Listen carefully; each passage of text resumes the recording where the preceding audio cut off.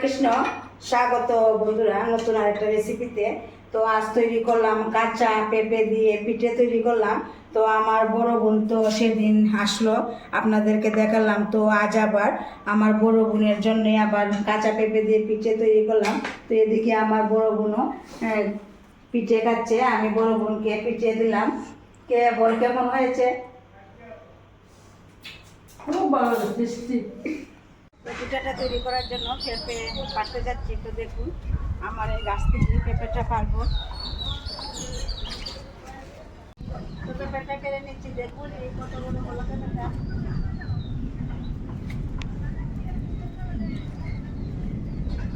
তো এই পেঁপেটা দিয়ে আমি পিঠাটা তৈরি করব। পেঁপেটা প্রথমে খুব ভালোভাবে কুসা ছাড়িয়ে তারপরে গ্রেট করে নেব। পেঁপে কুসা ছাড়িয়ে নেওয়ার পর এবার গ্রেট করে নিচ্ছি। এইভাবে কিন্তু গ্রেট করে নিতে হবে। তো এবার আমি একটা সুতির কাপড়ের মধ্যে নিয়ে নিলাম।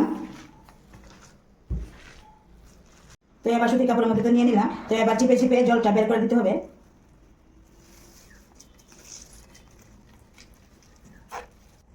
তো চিপে নেওয়ার পর আবার থালার মধ্যে নিয়ে নিচ্ছি। আর দিয়ে দিতে হবে ময়দা। তো পরিমাণ মতো ময়দা দিতে হবে। তো এখানে আমি 2 চামচ ময়দা দেব। তো এবার দিয়ে দিতে হবে চিনি পরিমাণ মতো লবণ। তো এবার খুব ভালোভাবে হাত দিয়ে মেখে নিতে হবে। আমি এইভাবে একটা ডুয়ের মতো করে নিলাম। এবার হাতে একটু তেল মেখে নিলাম, কিছুটা পরিমাণ হাতে নিয়ে এইভাবে আমি বানিয়ে নেব। তো এইভাবে আমি কিন্তু সবগুলো বানিয়ে নেব, বানিয়ে তারপরে তেলের মধ্যে ভেজে নেব। তো এইভাবে বানিয়ে বানিয়ে কিন্তু আমি তেলের মধ্যে দিয়ে দিচ্ছি, দেখুন এই যে। তো কিছুক্ষণ অপেক্ষা করার পর একদম উল্টিয়ে পাল্টিয়ে দিতে হবে। আর যখন একদম ভাজা হয়ে আসবে তো নামিয়ে নিতে হবে।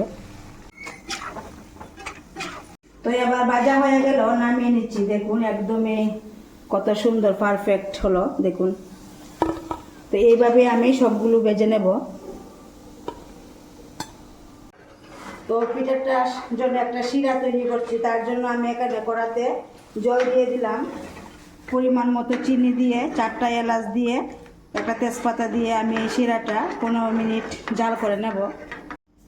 তো সবগুলো কিন্তু ভেজে আমি নামিয়ে নিলাম। দেখুন একদমই কত সুন্দর পারফেক্ট হলো। তো এবার শিরার মধ্যে দিয়ে দেব।